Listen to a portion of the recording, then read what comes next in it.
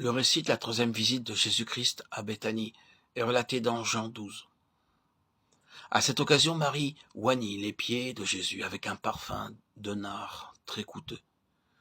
La maison fut remplie de son odeur, et ce doux parfum était si puissant et doux qu'il a dû être senti de loin par les gens qui passaient par là. C'est ainsi que doit être notre vie chrétienne, aussi bien dans notre maison que dans notre assemblée. Le parfum du Seigneur Jésus sera senti et ressenti par tous ceux qui passeront à côté. La maison parlait de paix, de joie, de victoire.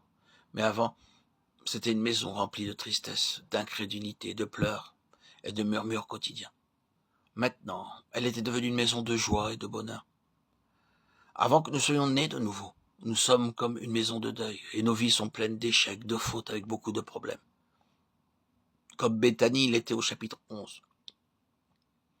Dans certaines maisons, les gens sont pleins de murmures et de plaintes.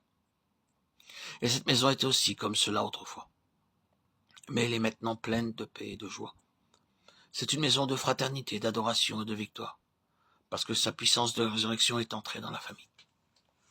Dans Jean 11, nous voyons qu'ils ont expérimenté la puissance de résurrection collectivement. Jusqu'à ce moment, Marthe et Marie avaient respecté le Seigneur Jésus. Elles l'avaient aimé et honoré, mais elles n'avaient pas la puissance de résurrection que le Seigneur était disposé à leur donner.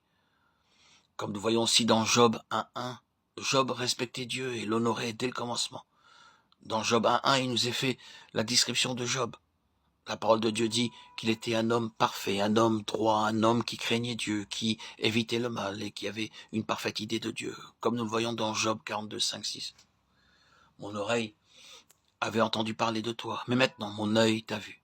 C'est pourquoi je me condamne et je me répands sur la poussière, sur la cendre. Cependant, après être passé par le chagrin, la souffrance et la peine, il eut une expérience personnelle du Dieu vivant.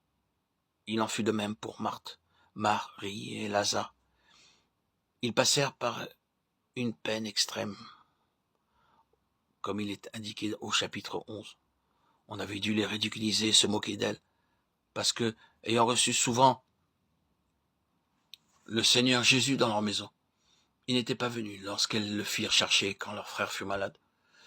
Ainsi, beaucoup de Juifs ont dû se moquer et les ridiculiser en disant « Voyez, vous l'avez honoré, respecté, accueilli dans votre maison et entretenu. Mais maintenant, au moment de votre affliction, il n'est pas venu. » Ainsi, elles firent face à d'extrêmes difficultés, à la peine et à la honte.